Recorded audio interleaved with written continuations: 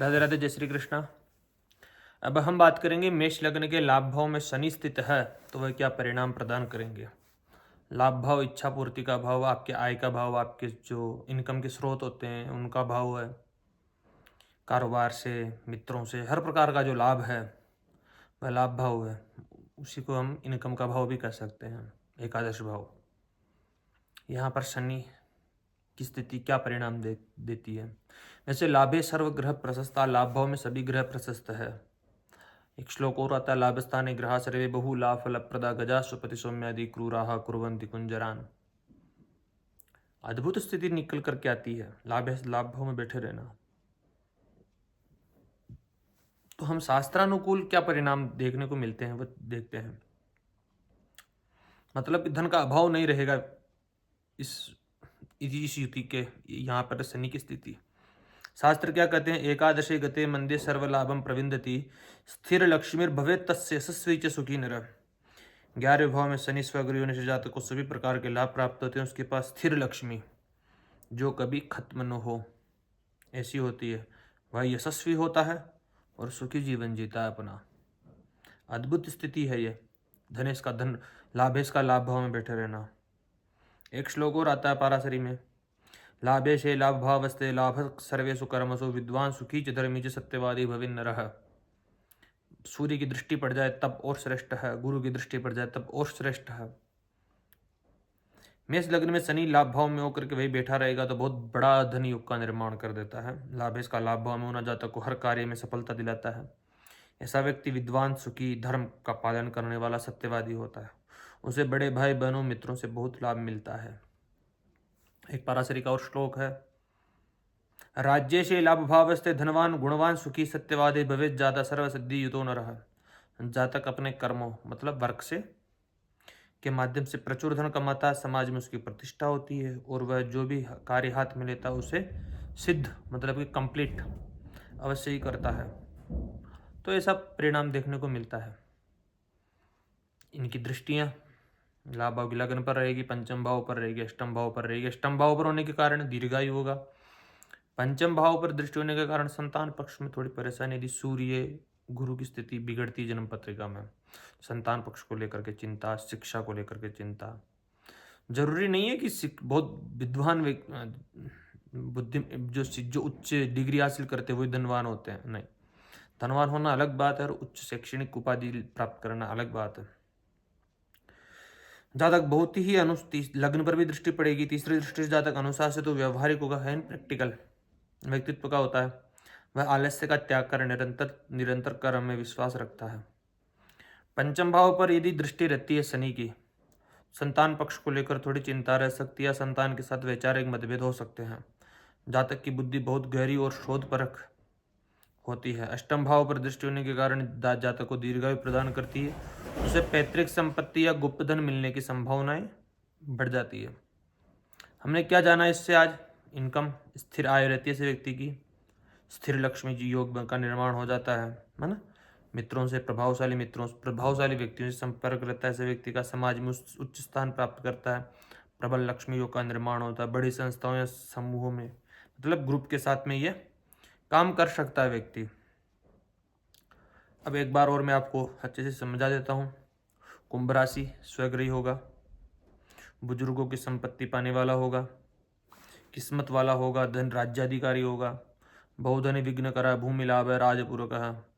भृगु सूत्र के अनुसार राजा से, सरकार से राज सम्मान लाभ प्राप्त करने वाला होगा। जातक विद्वान होगा, जातक के पास अनेक वाहन होंगे, लेकिन जातक जिद्दी होगा। व्यक्ति लग्न पर दृष्टि होने के कारण व्यक्तित्व में बढ़ोतरी होगी। 5 पुत्र देने वाला, आयु में बढ़ोतरी देता है, संकट से बचाएगा। भोज संहिता के अनुसार मूल त्रिकोण राशि है तो व्यापार व्यवसाय में बहुत रुपया कमाएगा। अत्यधिक धनी व्यक्ति होगा। जैसा कि पहले मैंने बताया, शास्त्र ऐसा ही कहते हैं कि लाभस्थान है ग्रह सर्वे बहु लाभ फल प्रदा गदा सुपति सौम्यादि क्रूराः कुर्वन्ति कुंजरान। यदि सूर्य के साथ में स्थित हो तो भी राजयोग है। पंचमेश और दशमेश का संबंध लाभ भाव में, पंचमेश पंचम को देखेगा, विपुल धन योग के सृजन हो जाता है। लाभेश और पंचमेश का संबंध उद्योगपति बनाएगा बहुत बड़ा। जातक के प्रथम पुत्र होगा अथवा पुत्रोत्पत्ति के बाद जातक का भाग्योदय हो जाएगा। पिताजी के लिए थोड़ी सही नहीं है, बाकी उन्नति कारक युति है। यदि शनि के साथ में चंद्रमा आकर के बैठते हैं तो विषयोग का सृजन हो जाता है। मानसिक परेशानी है, माताजी के स्वास्थ्य में परेशानी, मकान, वाहन, भूमि में कुछ ना कुछ इन तीनों चीज़ों में कमी महसूस करेगा ऐसा व्यक्ति।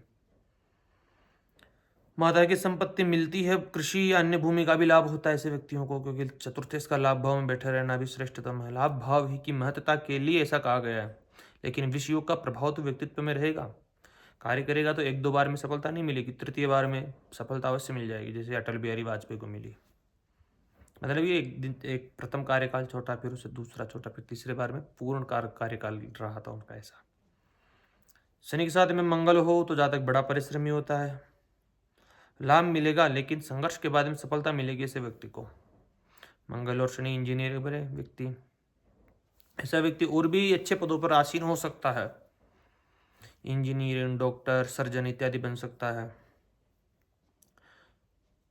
शनि के साथ में यदि बुध हो तो पराक्रम की वृद्धि कराएगा।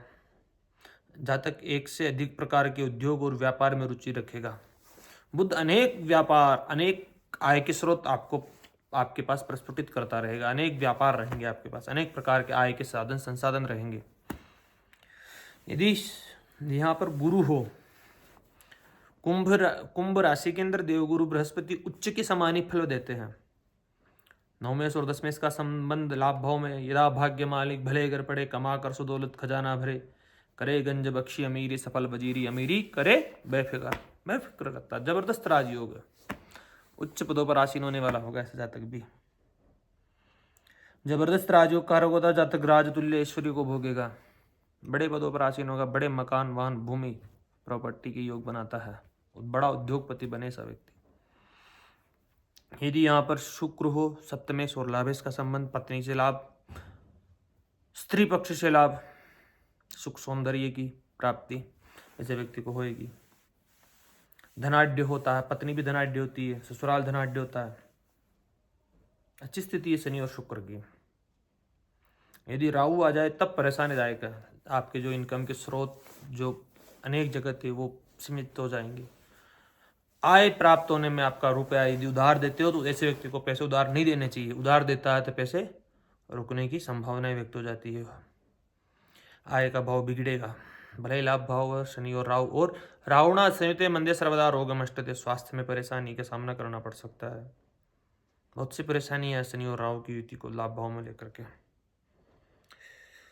व्यापार में नुकसान करा सकता है या फिर व्यापार में बदलाव भी करा सकता है शनि और राहु की युति। शनि के साथ में केतु हो तो व्यापार उद्योग में ही लाभ दिलाता है, विदेश व्यापार में लाभ करेगा।